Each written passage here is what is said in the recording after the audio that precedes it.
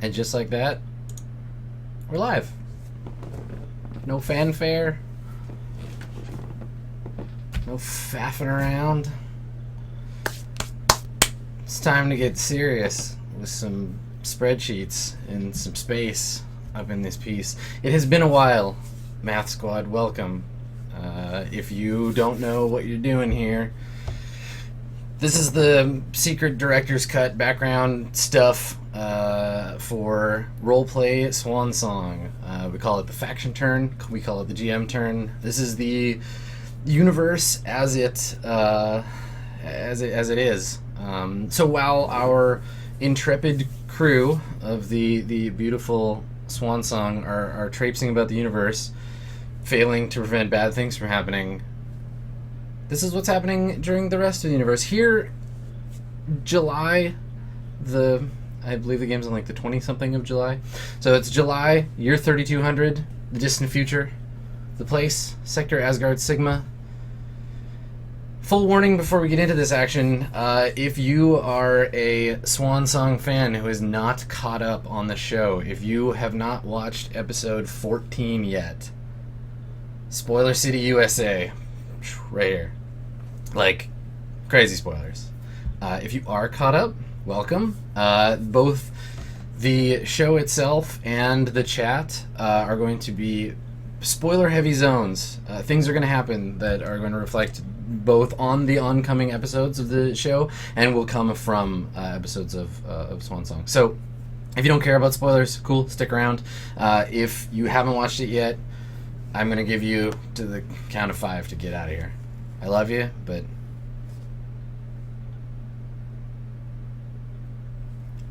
Alright, so, Andoni. Kaboom. Nuked. Like, several nukes. Many nukes. So, I was thinking about how to handle this, because in fiction, it's one spaceship, but it's a very special spaceship, right? Like, the Harridan's Heart is designed specifically to destroy entire civilizations. Andoni is a very small planet, quite close to the sun, not a lot of people on it, a lot of corpses now, but the Warmind seized control of this incredibly powerful Photonhour battleship. Also, can we take a second to think about, like, all right, so the captain of the ship is kind of an Earth-crazed weirdo, right? Why does he have a ship full of landing equipment and bombs meant to destroy civilizations? What was his plan here? I mean, I'm sure Oubliette knows. I'm sure Mr. Ossuary knows. Maybe Miss Mesa knows, but...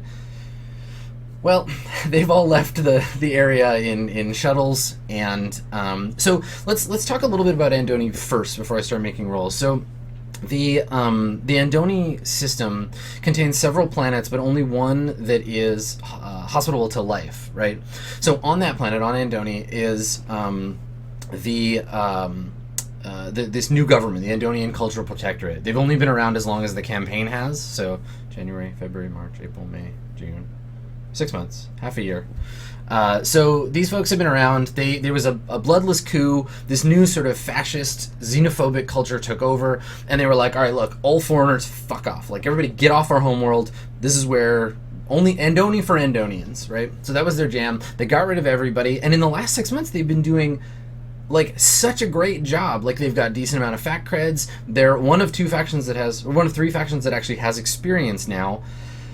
They hired Ximenez shipyards. They allowed them to build some of their shipyards on the planet. I bet you Ximenez is going to regret that.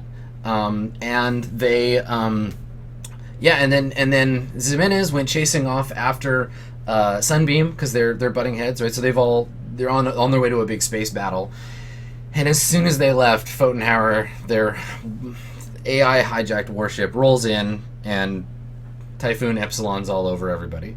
So rather than just say, like, okay, they're all nuked, what I wanted to do was simulate bombardment. Now, there's a lot of damage to all the assets on the planet, right? None of the assets are, like, underground or in stealth. They're all just gonna get wrecked. So let's see. First thing I'm gonna do is I'm gonna go to the faction, and we're gonna see if they survive. So I'm gonna sort my asset tracker. Spreadsheets. I'm going to sort my asset tracker by planet this time, or I'll do it by planet, because there's some stuff in the Gunhild system that isn't on Andoni. But Okay, so let's do that. So I'm going to sort by the planet, and we're going to look at everything that's on Andoni. So we've got a fair bit of stuff, and I'm going to deal 3d8 damage to each thing as we go.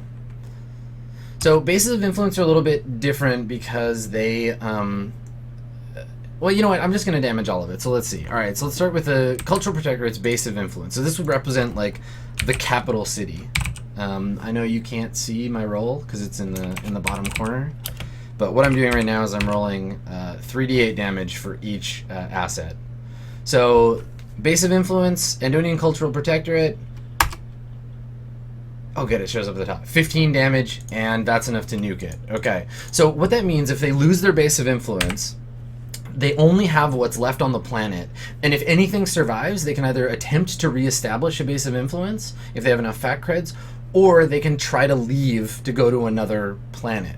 So, alright, so the base of influence is destroyed. That means the infrastructure, you know, the cities, they're all nuked. Like, this represents the infrastructure collapsing. So, we know that they bought some harvesters and installed those in the countryside. Let's see how badly those get destroyed. 1 second here. Another 3d8. 12. Yep, that blows them up. Okay, so the agricultural structure of the planet, gone. No agriculture, no infrastructure. All they have left is their industrial sector and some crazy zealots and some infantry. So let's see if the zealots survive. My bet's on no. They don't have a lot of hit points. Jesus. Okay, yeah, 16. So more than 4 times their health. Zealots are destroyed. So these were the original cadre that, like, protected the inner core as they built up this stuff. Let's see if there's like a 1... There's only 1 chance they can have to survive this. Oh my god, it just keeps getting worse. Okay, so post-tech industry, destroyed. So the army. The army is all that's left. And, I mean, what's happening here is that I'm nuking them. As I'm getting rid of them, if there's anything left, it's really, really going to show you, like, what Andoni will be like afterwards. Like, if the military is the only thing that survives, then there's still going to be, like, tanks, like grav tanks and soldiers around. 8 damage. Alright, so the only thing left on Andoni is basically like a nuclear wasteland, but they've still got infantry. So the Cultural Protectorate, yeah, they're around. So, okay, so there's some soldiers here, so they're down to 4 hit points, but there's a military unit that still survives, some faction of the army. So what might happen is that if they install the government, if they get a base of influence, what they could do was they would end up saying, like, okay, there's a military, like, they're like the like Brotherhood of Steel or whatever, like, or the Rangers. They're the only people that are left on the planet. So Richardson Scientific had some lobbyists in the system.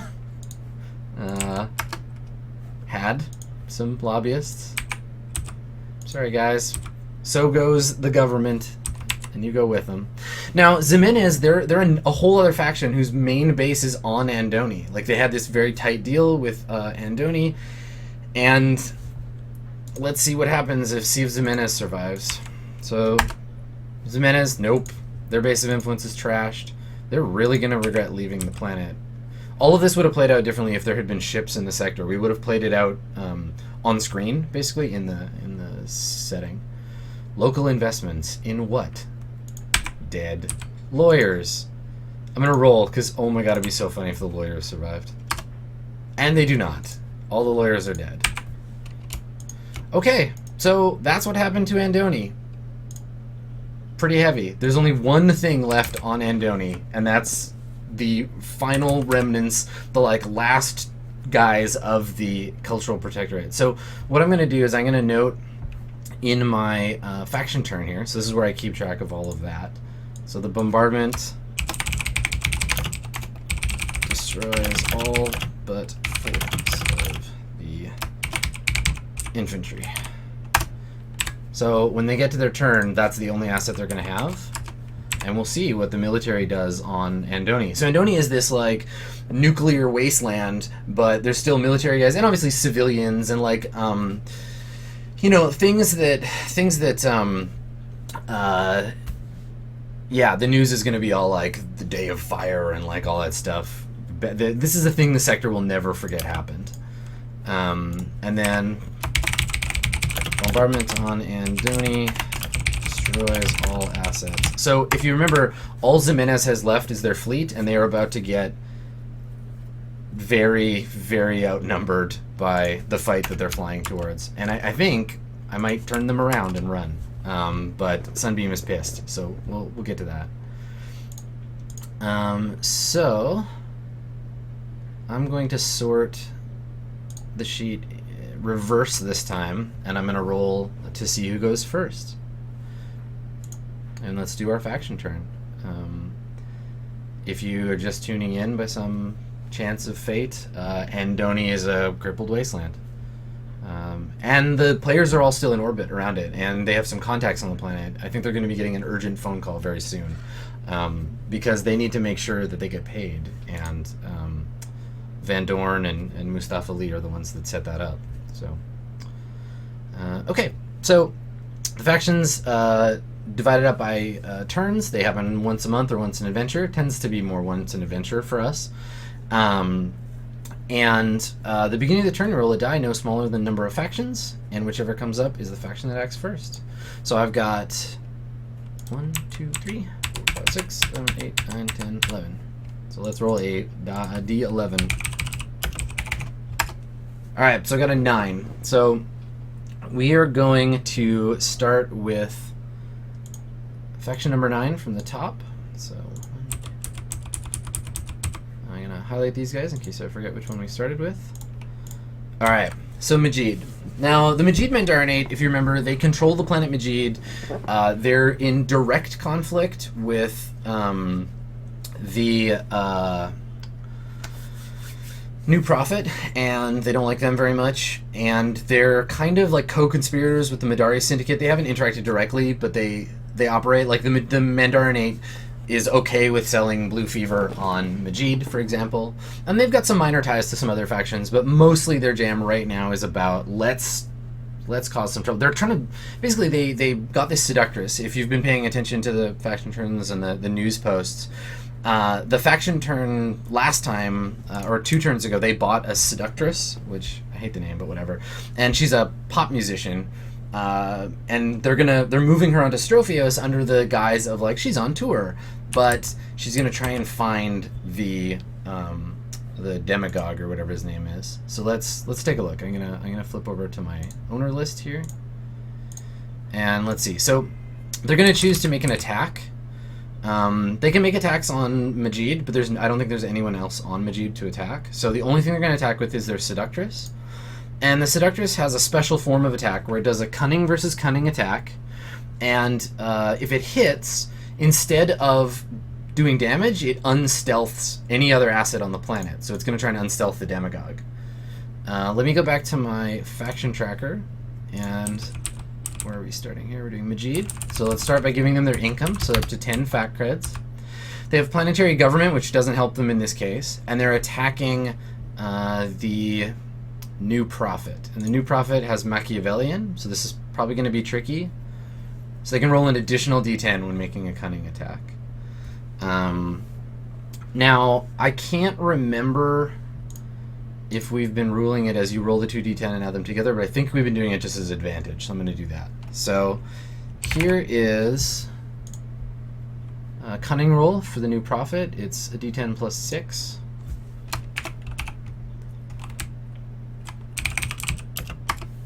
Okay, so I got a 12, or I got a 14. So that's to beat with Majid. Their cunning is 3. It's going to be tricky. So it's a d10 plus 3. Plus 3. Okay, so they didn't beat them, so it was a fail. So basically her attempts to find the demagogue failed. Unstealth demagogue failed. Okay. Now the demagogue on a failed attack, the demagogue will get to counterattack. So let's see what the demagogue's ability is and how they work. Alright. Okay, So they're just a regular unit. Cunning versus cunning. They do have a counterattack of 1d8. Now I'm going to check about stealth because I want to make sure that it doesn't take him out of stealth if he tries to counterattack. So let me see. I can't remember where the tags are. I'm just going to search.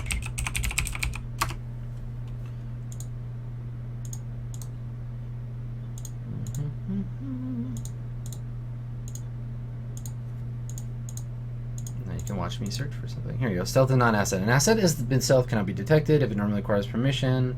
Loses stealth if it is used to attack or defend, so not to counterattack. Okay, so this is going to be the demagogue, like their personal forces. Basically, just it's not like an actual attack. Like, you know, the seductress doesn't get shot at, but it's like their Oh, I see. Can't attack. Defending it causes it to lose stealth. Yeah, no, so it's not, it's, the Seductress is special. So the way that the Seductress works is that they attack, they don't attack a specific asset. So they attack the faction, and then all of the stealth items come back. So it actually wasn't, Demagogue wasn't attacked. It's still stealth. Nothing else happens. Okay. Good, got that sorted out. I've never done the Seductress attack before. So they might do that next turn. Something else might happen. We'll see. All right, so Majid went first. We're going to move on to the Madari Syndicate. Now, they're boring as hell because the Madari Syndicate, if you've noticed, like, they just operate post-tech, spend money on bribes, operate post-tech, spend money on bribes. So they're going to do that again. They're sitting pretty. Like, Madari is doing great right now. They're making shit tons of money. They have operatives all over the place making drugs, and every time something bad happens, they just make more money. So I'm going to operate post-tech. Let's give them their money first, because I always forget. So, Madarnate, we did theirs. Madari gets 5. And they're working on Wealth of Worlds. They need to spend 3 more on bribes. So I'll do that at the end, and that'll resolve their goal, and they'll get to pick another one. So first of all... Okay. Yeah, I got Majid their credits too. Okay. So the Madari Syndicate, yeah, they don't have any enemies right now, so they're able to just like hunker down and operate. So no, I don't need to build a new sector. Thanks, map. Here we go. Operate post-tech, and to do that, they, let's see what operate post-tech industry. Madari Syndicate, here we go. I roll a d6, and I want a 3 to 5 or a 6, depending on how many cards I get. So I'm gonna roll a d6. So they're just hanging out, making drugs. Then I got a 2, so no result. So no bonus. And they're gonna spend 3 on bribes and complete goal. Good job. So the Madari Syndicate gets experience, and that's cool. And they've finished their goal, so they're going to need a new goal next time around. So Madari. It's hard not having this in order. Here we go. Wealth of Worlds is complete, and its difficulty I think is 1. I'm going to double check. Wealth of Worlds difficulty 2, so they now have 3 experience. Cool. Alright, I'm gonna set Pfotenhauer while we're here. I just noticed it. I'm gonna set it to neutral because the party's done some work to make that happen. So there we go. Okay, cool. Alright, so Madari Syndicate doing good. Spent 3 fat creds, so they're down to 2. And I think pretty soon they might want to get interested in the whole situation on... I think a lot of people are going to be like, hey, Andoni's undefended. Let's go check it out. So the Madari, I think next turn I'm going to get them starting to figure that thing out and sort of move around. There's going to be a little bit more sneakiness there. Okay, so Madari is done. The Andonian Cultural Protectorate, aka... I'm going to rename these guys, actually, because the Protectorate is dead. Let's call it for now, so the Andonian Armed Forces Remnant.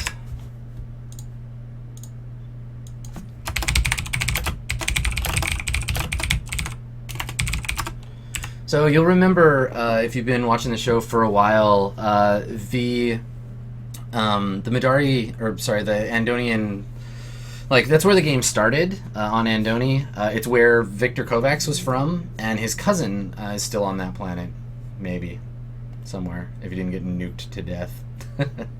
Alright, so the Andonian Armed Forces Remnant, they are down to, because they took some damage, so they're down to 4 hit points, I think, as a faction, yeah. But they're still going to get their income, so 11. And they're still technically the planetary government. But I'm going to abandon this goal because Peaceable Kingdom is not their jam anymore. And they definitely can't afford to spend 2 rounds doing nothing. So, let's see. Well, let's check. No attacks on rival factions. Okay, so I can do both. I can keep Peaceable Kingdom. They're not going to attack anybody. They'll have to defend themselves later, but... So they're on 3 of 4, and I'm going to buy them something, so I'm going to use these cards. So what I think the armed forces are going to do is they're just going to try and bolster up. So they are going to expand. I'm going to buy some other forces for this planet. So let's take a look at the assets they can buy. So they're Force 4, and they have 11 credits. So Force, I can buy up to 4. I could afford Beachhead Landers. I could buy Extended Theater. I could buy Post-Tech Infantry, so I could double up on that. Counterintelligence. I could buy Zealots. Heavy drop assets. Or I could just try and reestablish a base of... yeah, because there's nobody else on the planet right now. Yeah, I'm going to buy... they're going to buy a military base. So instead of buying something, they're going to use the Expand Influence. So when a faction buys a base of influence on a planet in which they have at least one other asset, it then rolls D10 plus Cunning against the same roll on every other faction on the planet, of which there is none. So that's cool. Anyone who equals or beats them can attack the base as they build it. Otherwise, they can just buy the base with the points that they have. So the base of influence can't be used until the next turn. So they're going to buy a new base of influence. It's going to be like a military base now. And they're going to install it. And I'm going to buy it for the full 11 credits, so it has some hit points. So let's go back over to... Oops. Sorry about that. Let's go back over to the turn. So the Remnant, they are going to buy some things.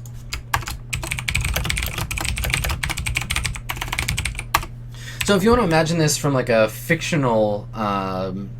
perspective, what's happening is that the basically the planet has been completely bombarded, the infrastructure, all the civilian shit fell apart, but maybe there's like a couple of elite units that were like off planet doing like anti-gravity training on a moon or something, and they come back to the planet and it's like, holy shit, post-apocalypse, they're the only ones with like power armor and lasers and shit and tanks. So like, okay, well, they're infantry, they don't have tanks, but whatever. And so they just march in to whatever's left of the military infrastructure and take it over. So basically this is a planet run by like an emperor general. It's like a military autocracy, and the tone of the planet has completely changed, right? Like before it was this weird surveillance state, and now it's like literally like the military is in control under martial law.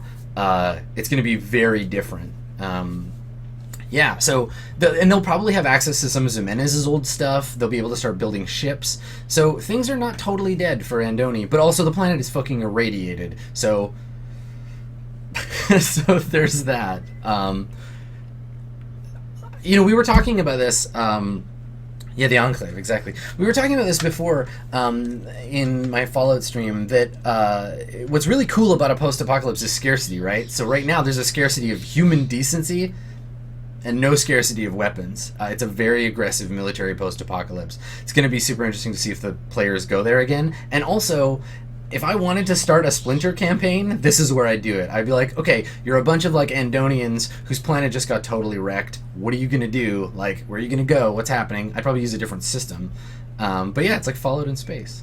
Totally cool. So this is how, you know, and if you've been tuning into the show before, like this particular action, the faction turn, if you've been tuning in, you know that like people have been asking like, well, what if the players do something, or what if this happens to the players? This is what happens. So I'm really excited to be able to do this. Yeah, no scarcity of loud parrots. Okay, let me buy them their asset here, and then we'll move on. So let's insert a new line for the Andonian Armed Forces Remnant. And we'll give them their base of influence. Yep. And it's not applicable. Health is 11. 11. It is special, and then none all the way across the board. Okay, do I remember what hex they're in? Yeah, they're 407, because it's right above it. Emerald. Andoni. Nice. Okay, cool. The Andonian Cultural Protectorate is dead. Long live the Andonian Armed Forces Remnant. Alright, cool. Who is next? Big things popping. Alright, so let's go back up to the top. Griffin's really excited today. I know, things are going so well on Andoni, and now it's just a bombed out military thing. Now all we need is for them to find religion. How about that? Then things will get real. So Ximenes has had their shit totally wrecked. Like, just total bombardment, destroyed all their assets. They've got a strike fleet. The only thing that's left, the like... I kind of feel like they're going to turn to piracy or something, but they're definitely not going to go fight Sunbeam. So they're currently on Destroy the Foe, Sunbeam. They just picked that. I am going to not have that as their goal anymore. They're going to bypass their turn, and we're going to pick a new goal for them. It's because he can hear me in the other room and thinks I'm talking to somebody. Okay. So let's take a look at the options for goals. Now I could write another one. I've been meaning to write some like new separate goals, but for right now, I'm going to set their goal to expand influence, because they need a new home base. So change goal to expand influence. I'm going to have a really good time writing the news post for this one. Okay, so the asset table, or the faction tracker, I got to go change them. Destroy the Foe is abandoned, and expand influence is now in place. And to be perfectly honest, they didn't have a chance against Sunbeam anyway. Now Sunbeam, they are going to hold a grudge, and they're going to come after these guys. So their goal is commercial expansion, right? Like they want to destroy wealth assets. And originally they were going to go and wreck Ximenes just to get them out of the way. And I think that their chances, like they're seeing Ximenes as an opportunity to get rid of a faction, right? So like, yeah, they're like, we're gonna trash our competition. It would be like if something really horrible happened to, like, I mean, they might offer a buyout, but I think first they're gonna try and go and knock that fleet out of the sky. Because Sunbeam, you know, they're good old boys. They got that southern pride. They're gonna go and try and take them out. Now they're still pretty far. They're gonna do a move action. Oh, I gotta give Ximenes money. There we go. They're gonna do a move action, and they're gonna move their assets around. So let's take a look at what assets they have and where they can move them. Okay, so they've got 2 strike fleets, both in Sector 605, so they can move those. They've got a bank, which doesn't move. They've got a base of influence, and they've got post-tech industry, so none of those move. So they're going to move their strike fleet, and they're going to move them to 606, which, if we notice, is actually an occupied system. So we'll see how the government of that system feels about it. So 606 in Asgard Sigma is the... let's see... 606 is Stasi system. Its only planet is the Thorkatla planet, which is a tech level 4 with millions of inhabitants. It's a cold planet, but it's like a real planet that's worth taking seriously, and they have a government and stuff. We don't know anything about them because we haven't seen them yet. But now their planet has 2 full Sunbeam strike fleets floating over it. So I'm definitely going to write into the little news post a little bit of like the probably I'll write that move from the point of view of Stasi 9 of Planet Thorkatla and be like, whoa, hey, what's up with all these? It would be like if you lived on Hawaii and suddenly there were like a bunch of I don't know, like German battleships surrounding your island. You'd be like, well, hold on, we're not at war with Germany, but what are you doing? So that's cool. I'm going to move them, and then we'll see. I mean, maybe they'll get pissed and attack them instead. One thing that the game doesn't have is rules for merging factions. So I'm going to think a little bit about it. This is just all initial reaction to Andoni getting blown up, but Ximenez might just get bought out and become a part of Sunbeam, in which case they'd get a free strike fleet and they'd get all their faction creds, I think. But maybe that's something that I'll talk about in the fictionalized version of this too. Like, you know, Ximenez and Sunbeam CEOs start peace talks or something. Not to give it away too much. So if you're wondering sort of what the point of all this stuff is, you know, it's to give me an idea of how to shape the world that the players are in. You know, because for me, all of the stuff that's happening is inspiration for the kinds of missions they might get, or oops, there's no 6,000, or the kinds of things that just happen in the system, right? So this is news that affects the players, whether directly or indirectly. So let me just move these strike fleets. They're on the Stasi system, and they are orbiting a planet Thorkatla. Oh, Jesus Christ. Okay. All right. So that is it for Sunbeam. Okay, the royal family. So to catch anyone up, if you haven't been watching, or you're just new to Swansong, the royal family of Oninsa is part of a three-way war for who's going to control the planet of Oninsa. It's been kind of a like a main point for the series so far, especially in season 1. The planet Oninsa is, there's no legitimate government. There's the current installed government, which is the royal family. They're kind of a culturally Japanese matriarchal monarchy, or whatever, imperial monarchy, I guess. They have an emperor, or an empress. And so the royal family are in control of, they were in control of the planet, but they were fighting this long-term battle with the indigenous people of the planet.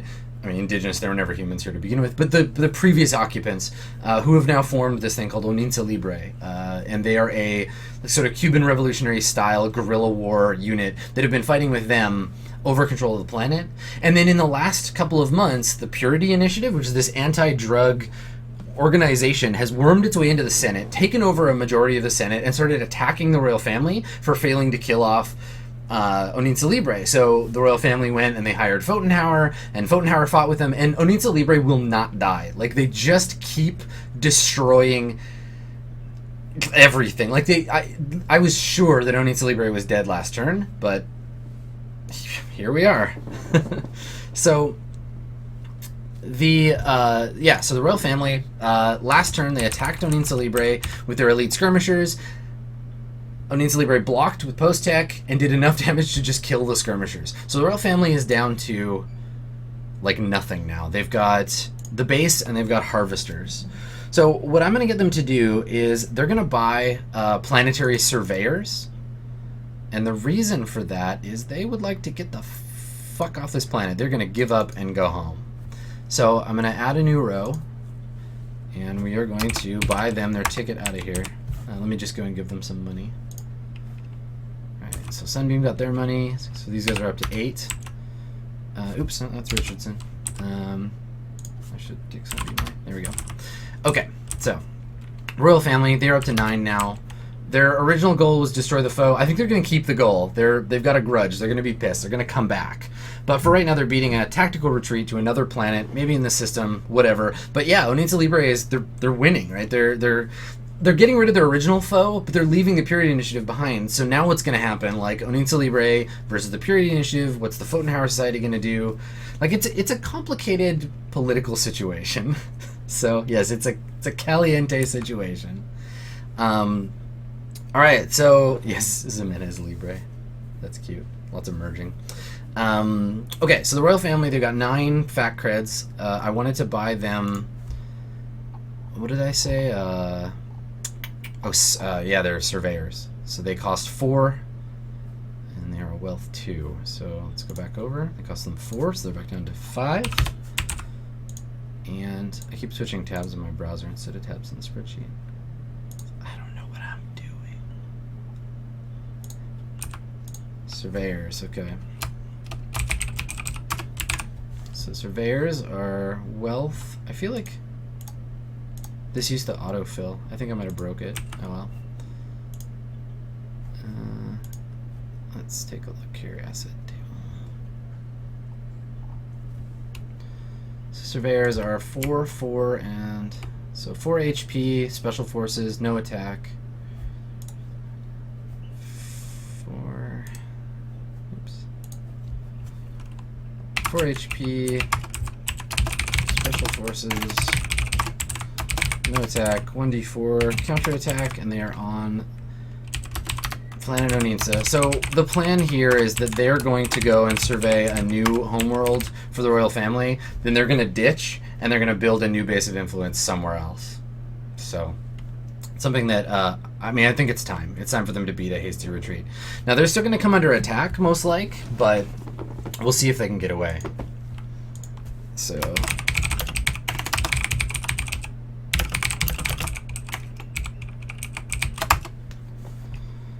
Okay, cool.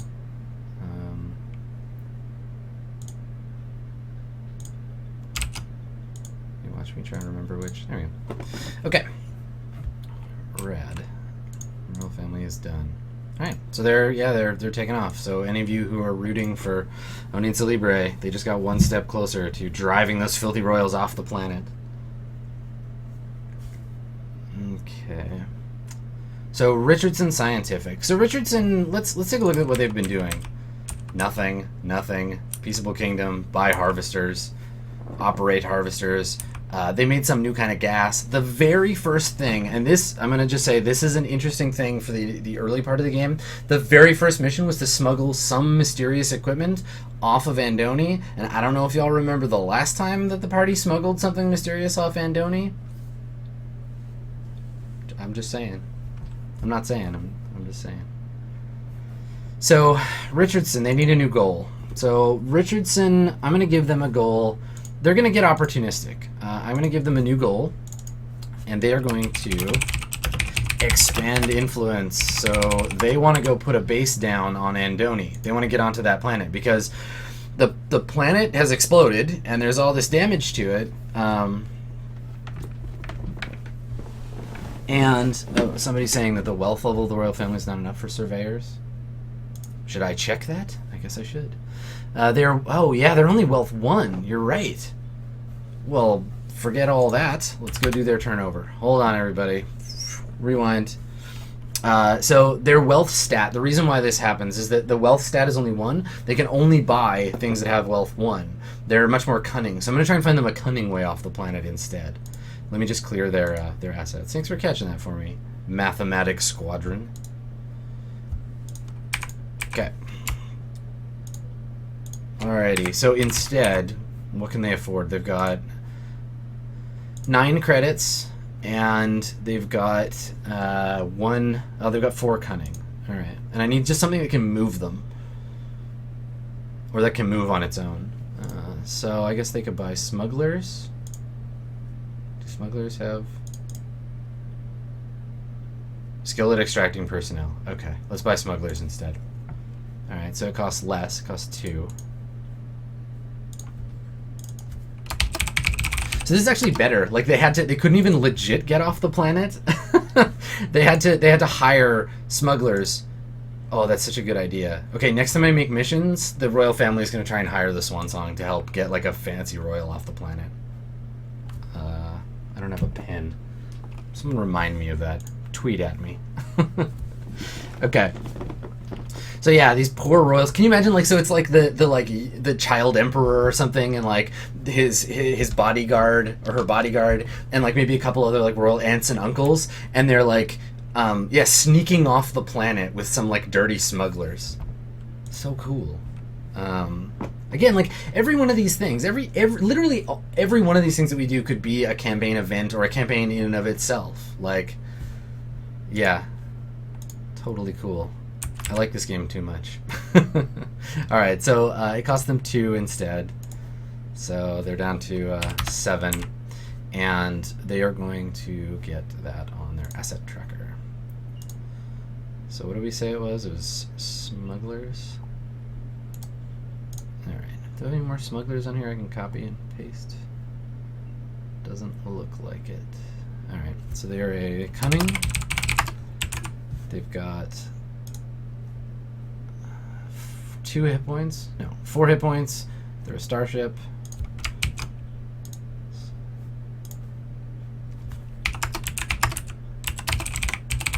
Jefferson starship. They've got an attack. A counterattack. Nope. Okay.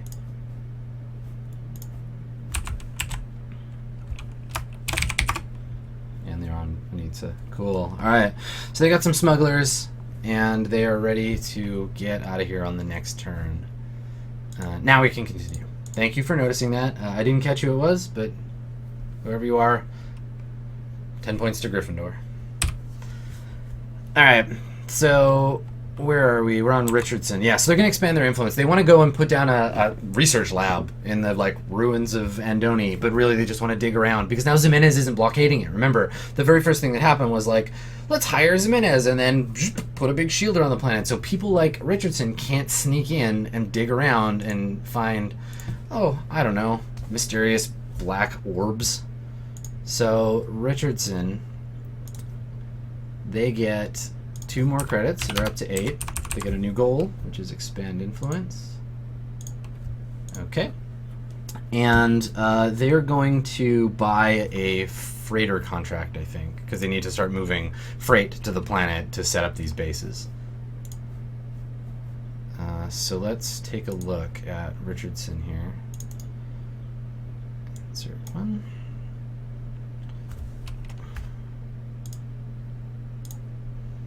And what did I say? Freight contract? Freighter contract? Let's see if they can afford it. So a freighter contract is wealth 2 and costs 5. So these guys, Richardson, oh, they can't afford it. They're wealth 1. Okay, so they're gonna need something cheaper or more cunning. Fuck it, let's buy them smugglers too. It's Smuggler City up in here.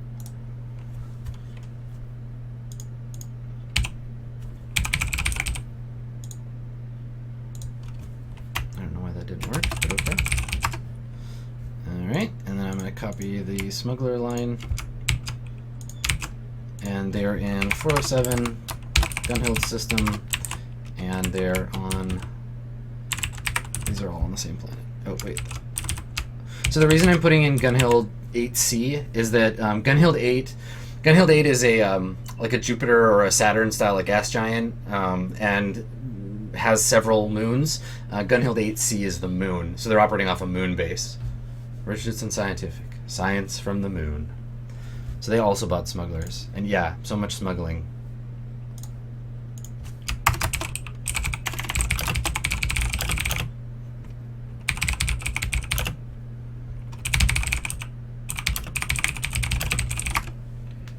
Okay. Lots of this stuff's not going to make it into the news. Like, Richardson Scientific buys smugglers. Yeah, so some people are making a point. Covert shipping probably does make more sense. Can they afford it? That's why I like you guys. All y'all ladies and dudes for helping me out with this stuff. Covert shipping is cunning 3. It costs 8. Did they have 8 if I give them their 2 back? Oh yeah, they totally do. Okay, cool. Let's switch that. Let's mix it up. So covert shipping instead. Richardson. Yeah, it does make a lot more sense. They're a little bit more above board with this stuff. So covert shipping. I'm just gonna check and see if it has any. Oh yeah, 3 hexes. They could go all over the place. 4 hit points, and it's a logistics facility. Yeah, that makes a lot more sense. Okay, cool.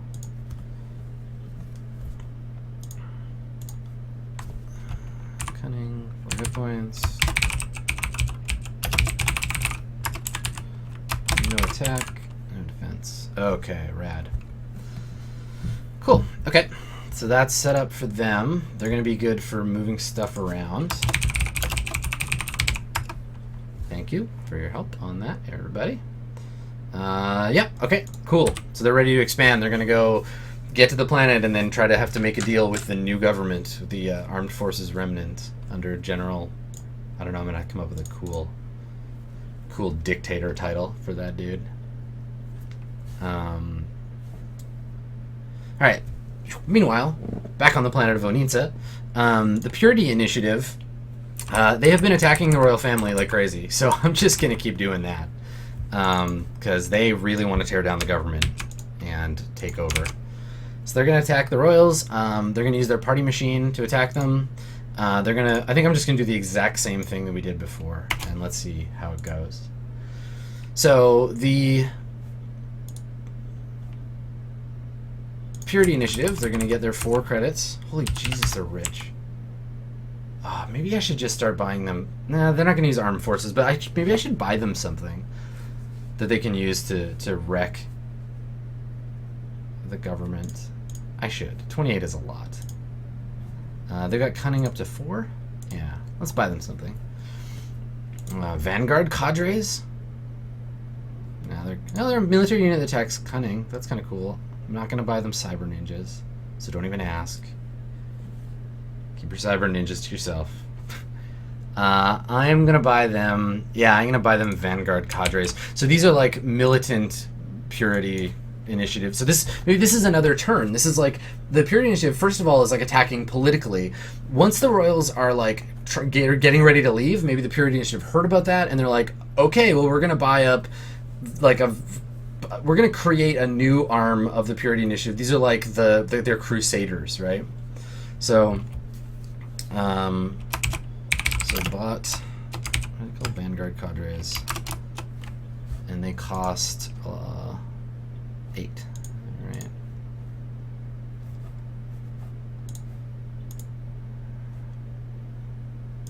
So they're going to 20. Yeah, fanatics. They have an intelligence coup. Yeah, that makes a lot of sense. So now they have a weapon, a more direct weapon they can use. All right, so insert below.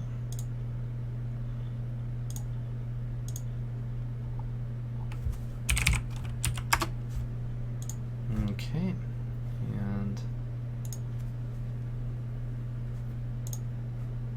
faction tracker, that's assets.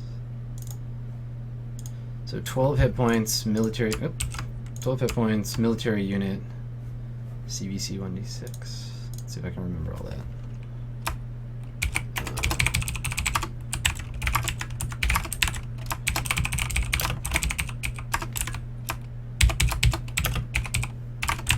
CVC 1d6. Counterattack I think was also 1d6, and they are on so they're going to attack next turn with these and try to clear out the royals. It'll also buy them a little bit of extra defense against the Oninsa Libre if they end up in a fight with them. Okay, so the Pfotenhauer Society. I got a cool plan for Pfotenhauer. So Pfotenhauer, they're literally like just hearing now, because they're on the other side, they're all spread out. They're just hearing now that like a really bad thing happened on Oninsa, but our spotlight is on them fighting on Oninsa, or a very bad thing happened on Andoni. We're focused on them fighting this pitched battle with Oninsa Libre. So what I'm going to do is they're going to back off and they're going to upgrade, because they've had this shitty, like Miss Fate has had this shitty unit of nobodies, right? Like, let's take a look at them. They've got, the only unit they have on this planet is this crappy militia unit, but they have a lot of money. So what I'm going to do is I'm going to use, there's an item called refit asset. I'm going to change one asset to another asset of the same type, and if it's more expensive, they're going to pay the difference.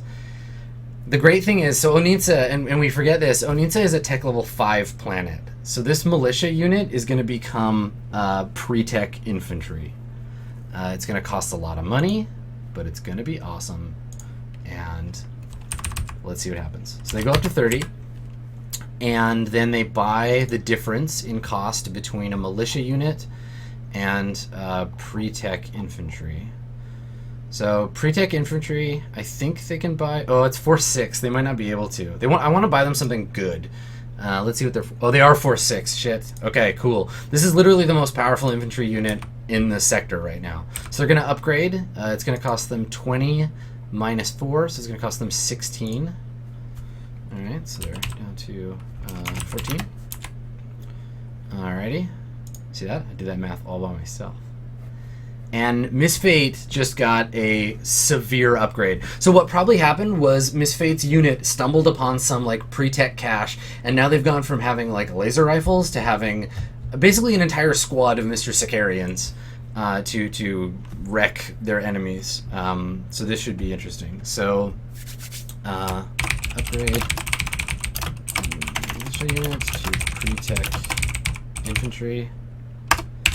And let's go and upgrade them on the asset tracker, shall we?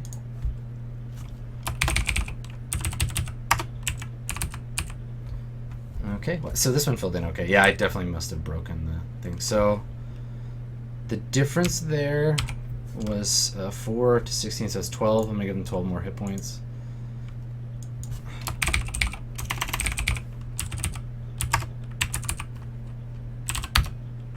And that's it. Cool. Onitsa's got some badass plasma projectors ready to an entire squadron ready to lay down some very heavy fire here on Onitsa. Big deal. All right, Onitsa Libre, what are you gonna do? So Onitsa Libre, they're gonna make some attacks. So they've got new infantry they bought. Remember, they recruited a bunch of guys. So let's see how they do this turn. I'm gonna give them their money, and then they're gonna make some attacks. They can attack with everybody on the same planet, and they have the advantage on those rolls, and they want to seize Onitsa. So they're going to attack. Oh god, they're gonna attack Pfotenhauer.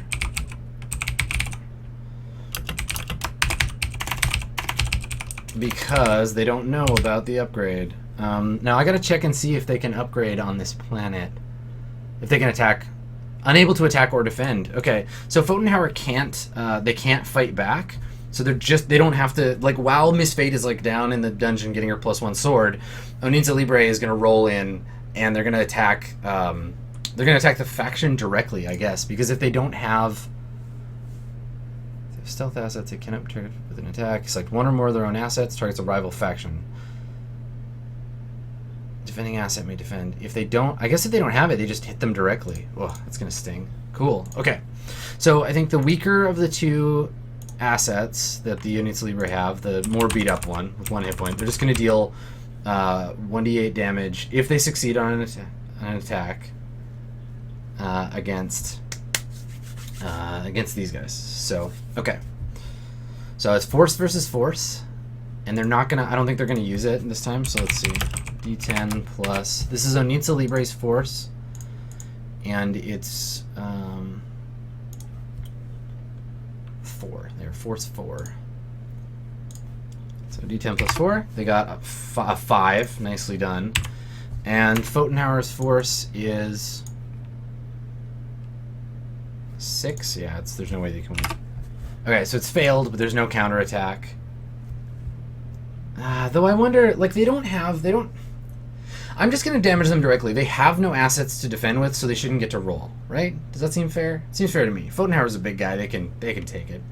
So they're gonna straight up just take damage to their hit points. So that deals them 1d8.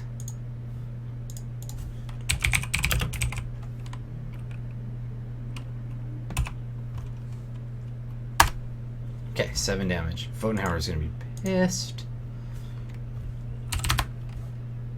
Alright, I'll note. Attack Pfotenhauer's post-tech. No defender. 7 faction damage. Alright. So this probably represents, like I said, like while they have Warlock, but I'm going to use it on their next attack. So while they're on the planet digging around, like I said, Miss Fate is like getting her upgrades to her infantry unit. Onin's Libre probably attacks like their landing equipment and all that stuff. And there's no defenders. Now they're going to make another attack. Now Warlike, I mean everybody's asking about like, oh, don't forget Warlike, but Warlike only works once per turn. So they're only going to get to use it one time. I'm using it on this next action. So they're going to attack the royal family with their other post tech, and the royal family will defend with, Jesus, what do they even have? Poor suckers. They can't defend with their new smugglers, so they're going to defend with their harvesters, I guess. Post tech does 2d8. Oh, it sure does. No, that's...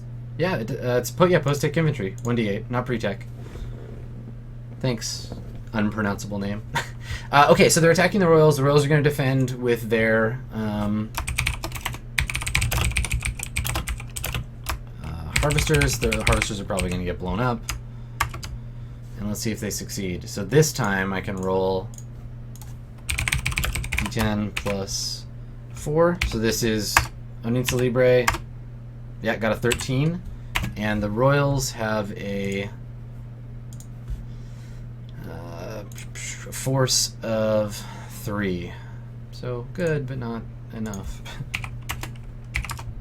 Yeah, alright, so the royals don't defend. And they're going to deal 1d8 damage. Pretty good chance they'll destroy it. They can't defend with Smuggler because they're brand new. The unit's brand new. 4 damage, and it's destroyed. Okay.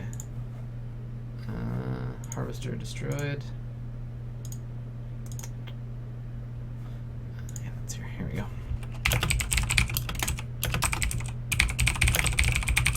Oh, those filthy rebels blowing up farms. How dare they? They're so cruel and mean. What a bag of jerks they must be. Your days are numbered, royal family. Sorry. Okay. Yes, the smugglers have summoning sickness. Okay, so those harvesters finally get blown up, and the Onin's Libre strike a blow for freedom, for their homeworld. Yeah, shit's crazy on Onin's. Again, another round where they still are alive. Yes, the Swan Song is quickly becoming their only hope. All right, and then last but definitely not least, the New Prophet. So the New Prophet, you notice like before, this was the very first thing we're doing. The Seductress was like sneaking around. I think that the Demagogue is going to start speaking out against this like filthy pop music and its influence on our children. It's going to use an asset. The New Prophet, they're going to use an asset that they have. I should give them their money. I don't want to be unfair here. So it's 16. And they're going to launch an attack against the Seductress using... Well, they're going to attack Majid on this planet, in which case the Seductress is the only thing to block. And they're going to use their blackmail, I think. Let's take a look. New Prophet, blackmail. Yeah. So blackmail is a tactic. And any attempt loses bonus dice. Okay, any attempt to defend. And it's cunning versus cunning. So New Prophet cunning versus Majid cunning. So it's going to be D10 plus 6. And they get a reroll, I think. They get advantage. Yeah. Alright, so D10 advantage plus 6 versus D10 plus 3. So D10 plus 6, they got a 1 and then a... Wow, they rolled 2 1s. So 7 is the number to beat. And the Mandarinate rolled a D10 plus 3 and beat them. The blackmail does not work. So attack Majid with blackmail, defend. Let's with Seductress.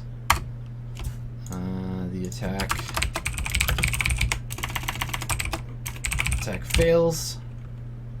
And let's see if there's a counterattack. PR nightmare. Seductress is Majid. No counterattack. Okay. Nice. Okay. Yeah, Jesus is a terrible blackmailer. Didn't work. So yeah, Nika Starlight, untouchable. Her like PR team is the best in the sector. Yeah, so stalemate on that one between Majid and the new prophet. So let's do a quick rundown. I'll go through again. We'll look at what happened, and then what I usually do when the faction turn is done is I'm going to post a fictionalized account by way of like a galactic news system that will explain what everybody else saw in the system, and this is what the players will get to see. So they'll get rumors and hints and ideas about what happened in the world. So yeah, okay. Yeah, I see here about the like why the Royals could defend. It doesn't matter. You don't have to defend with a force asset. You can defend with any asset you have, and it's to allow a faction to defend itself from attacks and not just get wiped out in the first hit. It's to keep them around because factions are really hard to wipe out, and that's by design. Okay, so first of all, the Andonian Armed Force Remnant bought a new base, so they set up their new government. Ximenez got totally blown up and now need to find a new home. So the Ximenez shipyards are like basically lost in space, trying to find somewhere to live. So the Sunbeam Multicellular Corporation moved their fleet with the intent to fight Ximenez, but Ximenez didn't show up. So they called them out for the gunfight, and Ximenez, like the Galdern cowards they are, didn't show. So we'll see corporately what happens between those two organizations. I'm thinking buyout, probably. The royal family is getting ready to ship up and head out. Serves them right. Richardson Scientific plans on using the new covert shipping to visit the newly laid waste to Andoni and maybe dig around a little bit. Purity Initiative has armed themselves. They have the Crusader branch of the Purity Initiative, and they are ready to purify this planet, to like take over and get rid of them. Once the Royals are either gone or wiped out, I'm really curious to see where the detente happens between the Initiative, the Pfotenhauer, and Oninza Libre, because Pfotenhauer now has mega huge power guns. They are ready to kick some ass, and honestly, the Purity Initiative, like, any asset that they try to stand up for will get blasted. Like, the Vanguard can't stand up to these guys, so they'll have to maybe work out a new deal, because technically Pfotenhauer still works for the Royals. Oninza Libre blew up some farms. Dirty, no-good communists. But one more step towards taking over the home planet, to throwing those Royals out on their ass. The new prophet attempted to blackmail Nika Starlight. Didn't work. Nobody cares. They all like sexy pop musicians and don't like religion, I guess. And covertly, Nika's secret reason for being on the planet didn't work. Tried to find the demagogue so maybe bad things could happen to him, but that didn't. It was a no-go. And the Midari Syndicate made money, like they do. So, yeah. So yeah, it's really interesting watching all this stuff happen, because this sector is really driven by faction credits and by the faction turn and what happens there.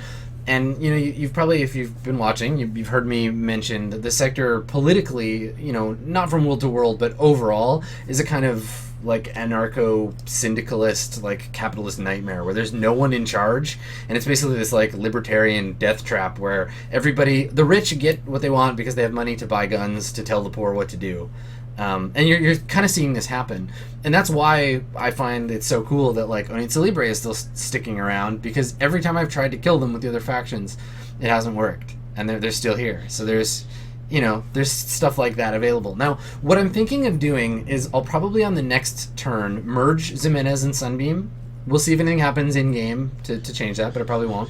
So that'll free me up a little bit more space for maybe another faction. So we'll see. Generally, I only want factions that are coming into direct conflict with each other, because if all they do is just like pop into the game and do their own shit all the time, they get boring. So like the Midari Syndicate, they're on their own, doing their own thing now, but if in 5 or 6 months Purity Initiative gets big enough, they're going to go after the Midari Syndicate and they're going to fight. But right now, if I add the Caberlese government, or if I put on like the Order of Annunciation, the problem is that all they're going to do is just explore and hang out, right? There's lots of other factions I'd love to include. Like, there are planets with like billions and billions of people that have their own shit going on, but we're not focusing on every faction in the sector. We're just focusing on the ones that matter to the game at large, to right now, things that are relevant. You know, some more than others. So, you know, we'll see how that goes as time goes on. But for now, and for me, that's it. So we've got Swan Song in 2 days. So make sure, if you're not already following ItMeJP, please do. That's where we play the other part of this game. I'm just here for the director's cut, the commentary in the background. So there'll be a live episode on Monday at our usual time, which for me is 5 Pacific time. And I'm also going to be streaming a little bit more of my ongoing Fallout 2 playthrough. Let's play Fallout and critique media. Yeah, I'm finding it really fun, and I think some of y'all are too. So throw me a follow if you like to come on back for that. For all of this stuff, any of the roleplay stuff that I do, I tweet at Skinny Ghost, so you can follow me there. And I will be posting this video if you missed the beginning or whatever, or you're already watching this on YouTube, you don't need to know this. I'm going to post it on YouTube at my YouTube channel. All the relevant links are in my Twitch, just down there. So yeah, thanks for coming, and hopefully we'll see you in a couple of days for both Fallout 2 and for the exciting continuation of the Swan Song series. Once again, thanks so much for coming, everybody. I always have a good time. I hope you do too. Later.